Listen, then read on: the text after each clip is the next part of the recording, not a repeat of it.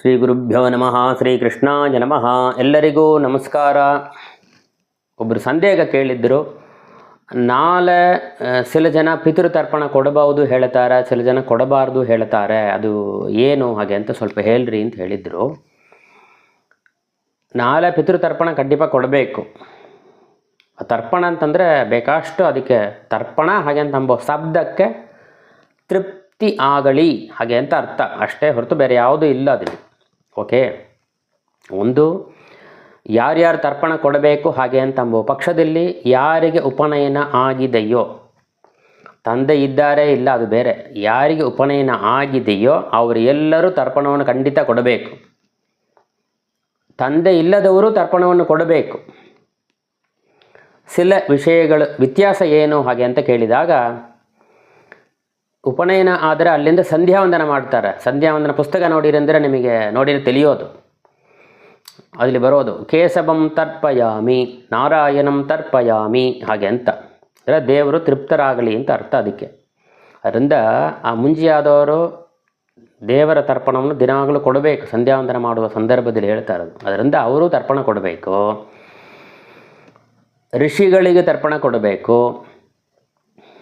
ತಂದೆ ಇಲ್ಲದವರು ಪಿತೃಗಳಿಗೆ ತರ್ಪಣ ಕೊಡಬೇಕು. ಜನಿವಾರ ಎಡಕ್ಕೆ ಹಾಕ್ಕೊಂಡು ಸೌತ್ ಫೇಸ್ ನೋಡಿ ಎಲ್ಲಿಂದ ತರ್ಪಣ ಕೊಡಬೇಕು.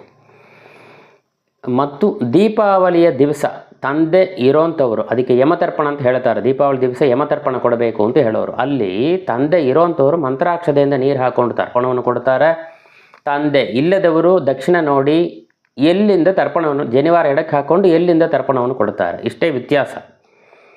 ಹೀಗೆ ದೇವಋಷಿ ಪಿತೃಗಳ 3 ಜನ ಋಣವನ್ನು ತಗೊಂಡು ಒಂದು ಗಂಡು ಮಗು ಈ ಭೂಲೋಕದಲ್ಲಿ ಜನನವಾಗುತ್ತೆ. ಆದ ಕಾರಣ ಇದು 3 ತುಂಬ ಮುಖ್ಯವಾದ ವಿಷಯ. ಈ ವೇದ ಓದೋದರಿಂದ ಏನು ಅಂತಂದರೆ, ವೇದ ಓದೋದು, ಪಾರಾಯಣ ಮಾಡುವುದರಿಂದ, ಸಾಲಗ್ರಾಮ ಪೂಜೆ ಇತ್ಯಾದಿಗೆಲ್ಲ ಮಾಡುವುದರಿಂದ ದೇವರ ಋಣ ತೀರುತ್ತೆ ಗಂಡು ಮಗುವಿಗೆ.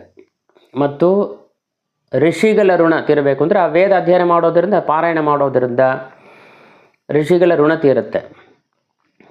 ಮತ್ತು ಪಿತೃಗಳು ಇರೋ ತನಕ ಚೆನ್ನಾಗಿ ನೋಡಿಕೊಂಬೇಕು. ಹೋದ ಮೇಲೆ ಅವರಿಗೆ ಸರಿಯಾದ ರೀತಿಯಿಂದ ಕರ್ಮಗಳನ್ನು ಮಾಡಿ, ಅಮಾವಾಸ್ಯ ತರ್ಪಣ, ಷಣ್ಣವತಿ ಆದಷ್ಟು ಎಷ್ಟು ಮುಳುತ್ತೆ ಆ ಪಿತೃ ಕಾರ್ಯಗಳನ್ನು ಸರಿಯಾದ ರೀತಿಯಿಂದ ಅಮಾವಾಸ್ಯ ತರ್ಪಣಗಳೆಲ್ಲ ಮಾಡಬೇಕು. ಅದು ಮಾಡುವುದರಿಂದ ಪಿತೃಗಳ ಋಣ ತೀರುತ್ತೆ. ಇದು ಗಂಡು ಮಕ್ಕಳಿಗೆ ಮಾತ್ರವೇ ಈ ಋಣ ಅಂತ ಅಂಬೋದು, ಹೆಣ್ಣು ಮಕ್ಕಳಿಗೆ ಇಲ್ಲ ಅಲ್ಲಿ. ಯಾಕೆ ಅಂತಂದರೆ ಮದುವೆ ಮನೆಯಲ್ಲಿ ಕೂಡ ದೇವಋಷಿ ಪಿತೃ ಋಣಗಳು ತೀರಕ್ಕೋಸ್ಕರ ತಾನೇ ಹೆಣ್ಣು ಮಗಳಿಗೆ ಹೇಳ್ತಾರೆ, ದೇವಋಷಿ ಪಿತೃಗಳ ಋಣವೆಲ್ಲ ತೀರಲಿ, ಈ ವಂಶದಲ್ಲಿರುವತಕ್ಕಂಥ ಎಲ್ಲರೂ ಮೋಕ್ಷಕ್ಕೆ ಹೋಗಲಿ ಅಂತ ಹೇಳಿ ಹೆಣ್ಣನ್ನು ಕನ್ಯಾದಾನ ಕೊಡ್ತಾರೆ.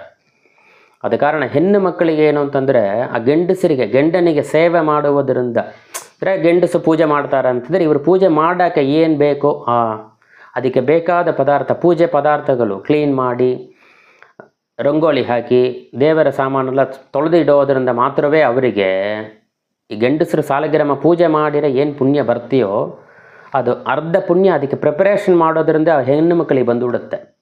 ಆದ ಕಾರಣ ಅವರಿಗೆ ಈ ಧರ್ಮಗಳೆಲ್ಲ ಇಡಲ್ಲ. ಹಾಗೆ ಇದು 3 ತುಂಬ ಮುಖ್ಯವಾದದ್ದು. ಹಾಗೆ ಅಂಥೇಳಿ ಈ ತರ್ಪಣವನ್ನು ಎಲ್ಲರೂ ಕೊಡಬೇಕು. ನಾಳೆ ವಿಶೇಷವಾಗಿ ಶ್ರಾವಣ ಹಬ್ಬ, ಎಲ್ಲರಿಗೂ ಶ್ರಾವಣ ಹಬ್ಬದ ಶುಭಾಶಯಗಳು. ಎಲ್ಲರಿಗೂ ದೇವ ಋಷಿ ಪಿತೃಗಳ ಋಣ ತೀರಿ ಸರಿಯಾದ ರೀತಿ ದೇವ ಋಷಿ ಪಿತೃಗಳ ಅನುಗ್ರಹವಾಗಲಿ ಅಂತ ಹೇಳಿ ಪ್ರಾರ್ಥನೆ ಮಾಡ್ತಾನೆ. ಶ್ರೀಕೃಷ್ಣಾಯ ನಮಃ.